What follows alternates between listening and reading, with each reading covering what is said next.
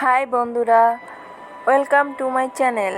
আজ দেখাবো আমি কিভাবে বাচ্চা ফোটার পরে হাঁড়ি অপরিষ্কার হলে কিভাবে হাঁড়ি পরিষ্কার করতে হয়। বেবিগুলোকে আমি ওর মা বাবার কাছ থেকে এভাবে হাঁড়িতে বের করে নিয়েছি। দেখুন, হাঁড়ি কিন্তু যথেষ্ট অপরিষ্কার হয়েছে। অপরিষ্কার হওয়ার একটা কারণ আছে। আমি এখানে ওদের বেবি ফোটার পরে সফট ফুড দিয়েছিলাম, নিজের তৈরি করা। তো সেটা খাইয়ে এরকম একটু নরম নরম হয়ে গেছে হাঁড়ির ময়লাটা। তো এটা আমি কিভাবে পরিষ্কার করি দেখুন।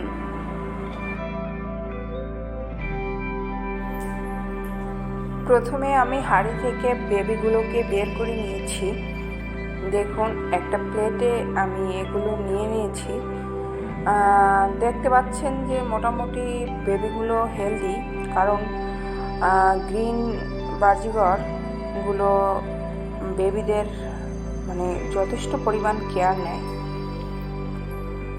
দেখুন ময়লা, তো সেক্ষেত্রে আমি একটা ছুরি দিয়ে আমি পরিষ্কার করে নিয়েছি। এই ময়লাগুলো আমি ফেলে দিয়েছি। তো দেখুন, স্যাঁতস্যাঁতে হওয়ার কারণে বেবির গায়ে একটু ময়লা লেগেছে। তো সেগুলো পরিষ্কার করে দিচ্ছি আস্তে করে, যাতে বেবির কষ্ট না হয়। দেখুন,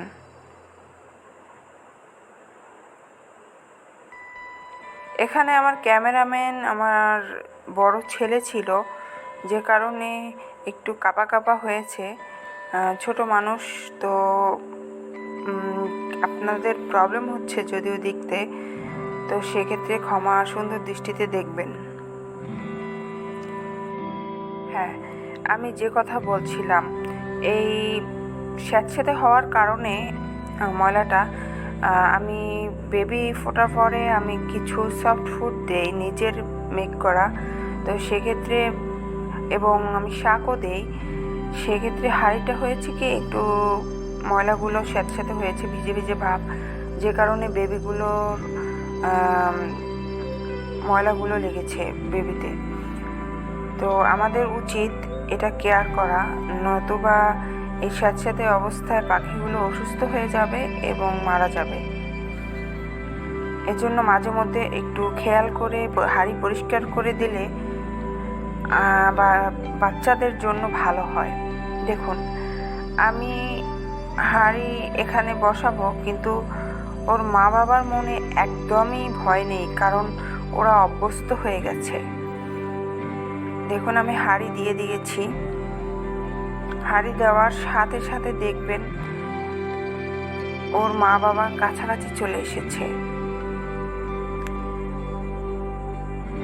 এই যে অলরেডি তারা ঢুকে পড়েছে। সেক্ষেত্রে দেখুন, আমি বলেছিলাম যে গ্রিন বাজিগরগুলো খুব কেয়ারিং হয়। আপনাদের কাছে থাকলে আপনারা বলবেন।